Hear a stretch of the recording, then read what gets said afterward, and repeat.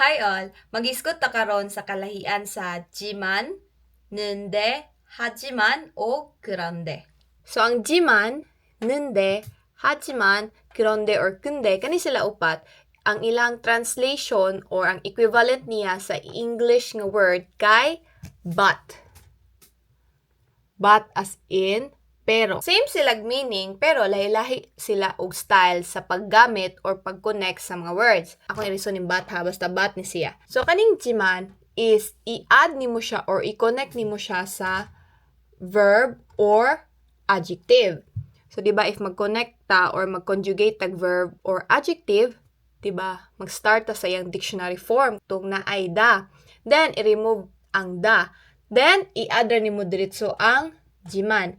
Dili na ka maghunahuna sa iyang last letter, vowel ba or consonant, dito ra ka add og jiman. Example na itong verb is 심심하다 or kanang boring or to be bored. So tanggalon nimo ang da, then dito ra ka add og jiman. So mahimo siyang 심심하지만. So if ibisaya pa nimo, bored ko pero or I'm bored but ngano na siya. Another example, adjective, apuda or kanang masakit, to be sick. So apuda, tanggalon nimo ang da, then i-add nimo diretso ang jiman. So mahimo siyang apujiman. Ngano na siya, guys. So di ba og mag-conjugate ta, di ba na may mga irregular verbs, di ba? For example, kaning tita or to listen, dili na mo matter ang jiman sa mga irregular verbs. Tanggalon na nimo diretso ang da, then add ra ka og jiman. Di ba usually kay i-change man nato ning tiga to rear para mahimo siyang der jiman. Pero if jiman ra imong i-add, dili nimo naon ang iyang irregular verb. Another example is sa adjective nga katong biyop bitaw, like topta or igang. So, di ba kaning biyop, tanggalon na to ang da. Adjective nga ga-end og biyop, di ba tanggalon na to ni kay pulihan na to og u. Pero if jiman ang imong i-add, dili na ka magpuli aning biyop. Dito ra ka add og topjiman. So, mahinga na siya, guys. Sayon ra ang jiman. Alin na po ta sa nende. Ang nende, medyo libog siya gamay. I-add gyapon na to ni siya sa verb and adjective. Pero, ang nakalibog lang ani nga part, kay lahi ang way sa pag-add sa verb o sa adjective. If verb gani ang ada nato sa nende, dili nakamutan ang unsay ang last nga letter, same sa jiman. For example, kanang 심심 hata. Mahimo ra siya ditsong 심심 하는데. Another example nga verb kaning 듣지만, yung naka-듣 nende. Pero ang pag-pronounce, gani, ang saan gani ni pag-pronounce? 듣는데. Murag ma-N ni siya, guys, ang pag-pronounce. So, instead of, para ni, 듣지만, dere, 듣는데. Guess niyo ang difference? So, sayon ra ang verb. Ari na ta magliso sa adjective, guys. Kaya sa adjective, kinahanglan nimo tan-awon unsa ang iyang last letter. Vowel ba or consonant?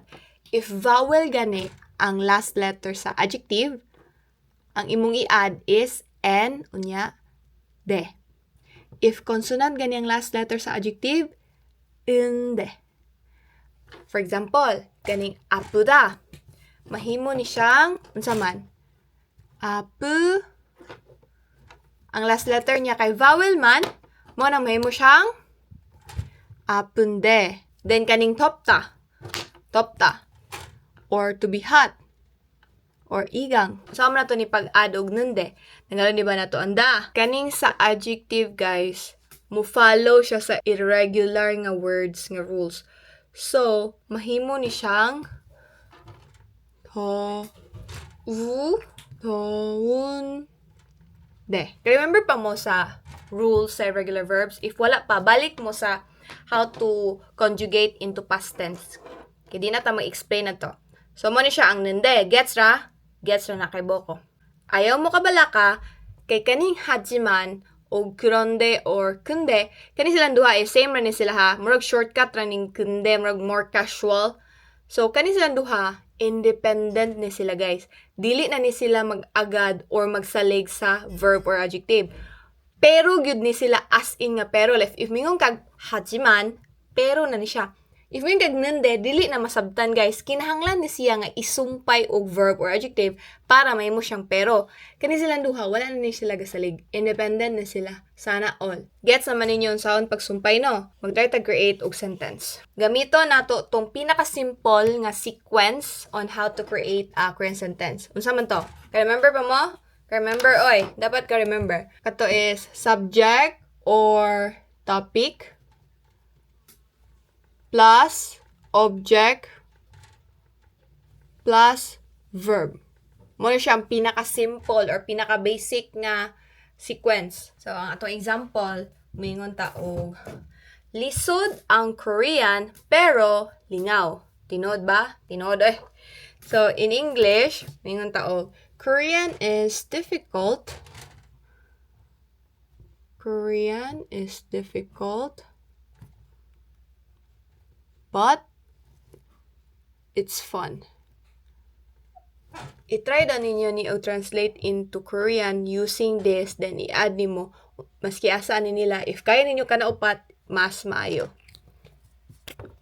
So for sure naman na mo og answer ni guys, no, kay mga bright man mo. So before ta mo translate ane, nanaw ninyo, tanaw ning bat o. Same na gud siya gyapon sa English. If tanggalon ng bat, kaning nga side o kaning nga side, if butangan nimo tuldok, maduha siya nga sentence. So, more siya duha ka sentence nga gitapo using but. So, pwede naman kami nga Korean is difficult. It's fun. Duha na siya ka sentence. If dili pa mo kaayo expert mo gama og Korean sentence, ingan niya ang style ninyo. Amar bitog i-invisible sa ninyo ang but, then duhaon sa ninyo og sentence. Ari mo start sa pinakauna. Mo ni inyong first nga i-translate. Unsa may subject or topic ani nga sentence? Korean. Korean, unsa may Korean o Korean? Hanggugo. Unsa may inyong gusto? Subject ni or topic? Pwede ra ni ga, 한국어가, pwede sad ni 한국어는. Ano nang tasanin? So, 한국어는 is difficult. Wala may object. Wala na object. Dili ni object guys ha. Dili ni object. Walay object dito na to sa verb, which is difficult. Unsa may Korean og difficult? 어렵다.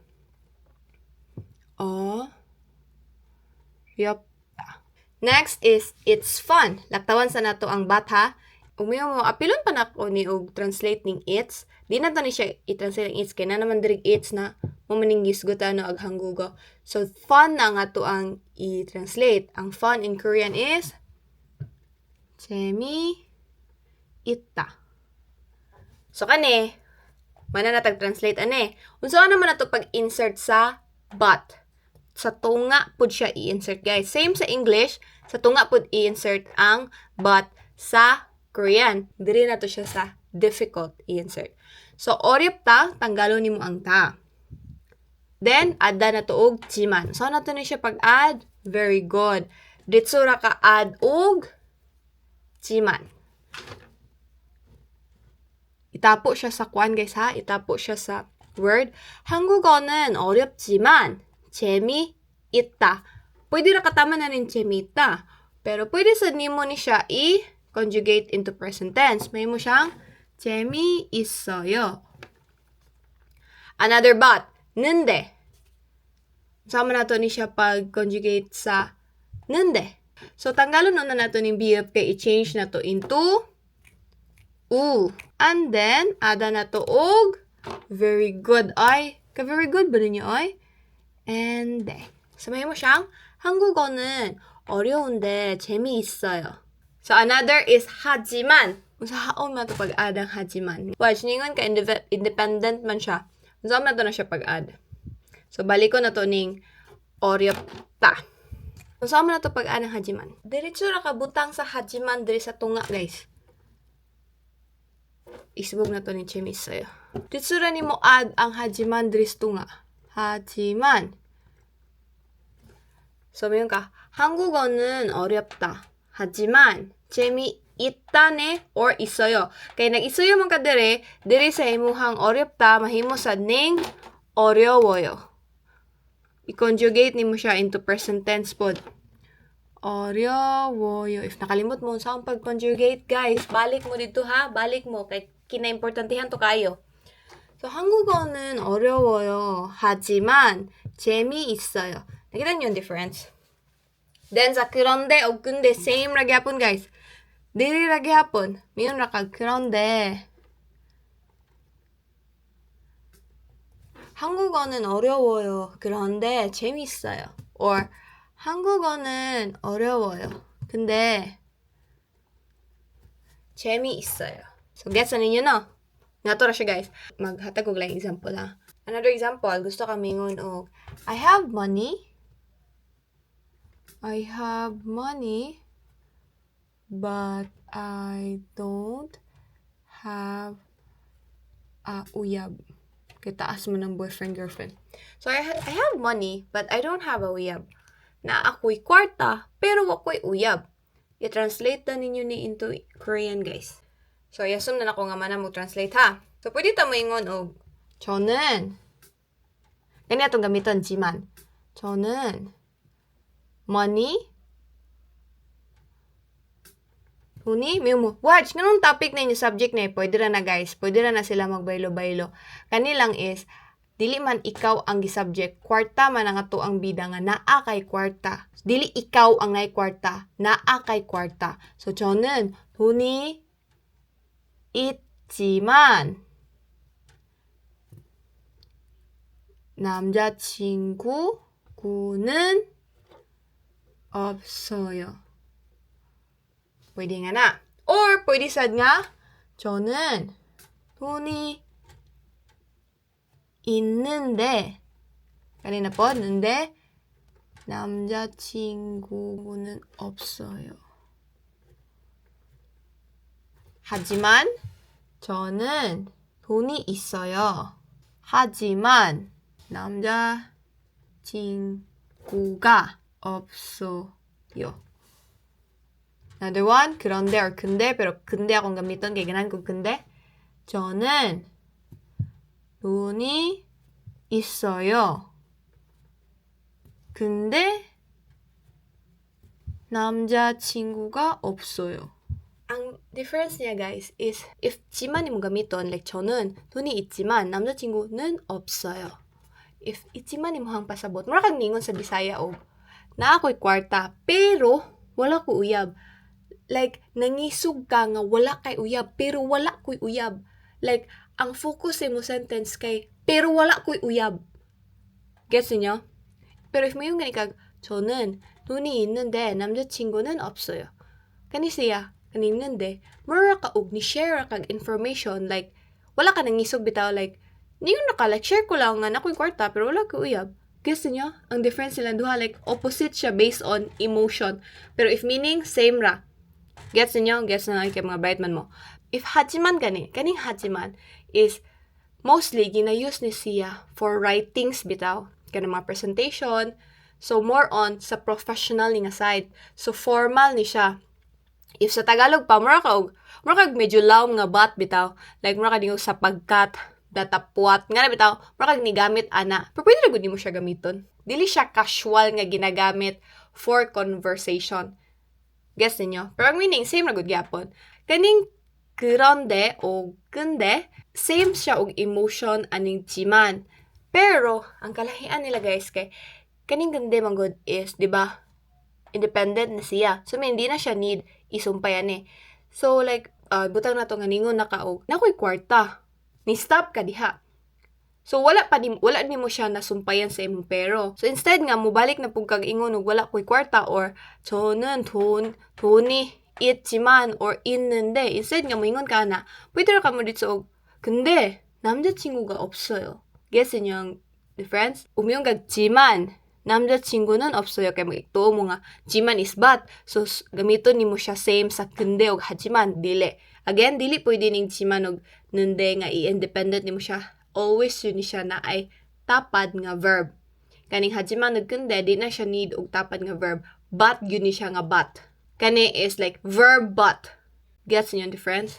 Gets na. Kay buo ko gets na rin yung mga bite mo. And last nga information, pero about na ni sa nende og jiman, pwede ni mo ni siya itapo nga naka-conjugate nga verb. So meaning, maski past tense siya or future tense, pwede ra gyapon nimo isumpay ang jiman. Unsa man nimo siya pagsumpay?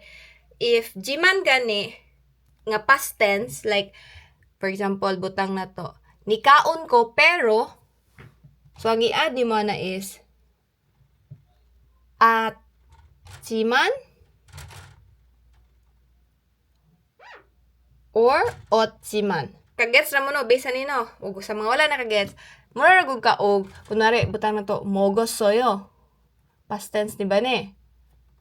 Mo ni for past ha, past ne. Mogossoyo, tanggalon ni mo oyo. Then ada ni mo og jiman. 먹었지만 바빴어요.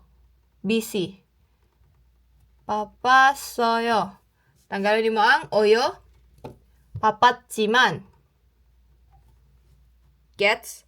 So for future tense, mahimo ra siya og or el 거지만. So for example, 먹을 거예요. Kaya mo man ni ang present tense sa mokta. Tanggalon na ni mong yeyo. Then ada ni mo og 지만. 그니야 바쁠 거예요. tanggalon ni mong yeyo. Ada ni mo og 지만. Gets? Gets na ay for sure. Sa nende, same na gyapon sila dire, nga if past tense gani, mahimong 안는데 or 없는데. Then for future, 건데. So 먹었어요. tanggalon ng oyo, adan og 는데. 먹었는데. Then if future tense, 먹을 거예요. tanggalon ang yeyo, mahimong 먹을 건데. Then 바쁘다, 바쁠 건데. Gets niyo? Sa hajiman og 그런데, since dili man siya mag-base sa verb or adjective, dili na siya, wala siya paki. Like, independent na siya. As is sa dyan siya, guys, ngay nga niyang perma. Pero ito tataman, guys, kay murag taas siya kaayo and hangak kaayo siya i-discuss. So, tagaan na lang muna ko assignment. Akong ibutang direct, kay gigaman ako daan ganiha. So, ansira ninyo inyong assignment, then if gusto niyo ipa-check, pwede rin ninyo i-comment, or pwede sad ko ninyo i-PM, kaya tuwan ang checkan. And by the way, naiga-request de ani, nag-request siya og about nende. Pero, nagunan ako nga, nende is but, pero napamailain nga, klase nga but, mo to ako na lang pong gi-appeal tanan. Para di na mo effort og comment ba nga, how about hajiman? Di ba but man na? Or kronde, or jiman? Like, kung sa may kalayan nila. So, ako na lang gi-appeal tanan, guys. Bahalag taas. Medyo taas ni nga video, guys. Ihangak ko og explain. Anyway, unta nakasabot mo to eh. Pero if na mo'y questions or reaction na ni nga video, comment lang mo gihapon. And if na mo'y gusto nga topic nga i-suggest, comment ra pod mo gihapon. So, mara to for now. Bye!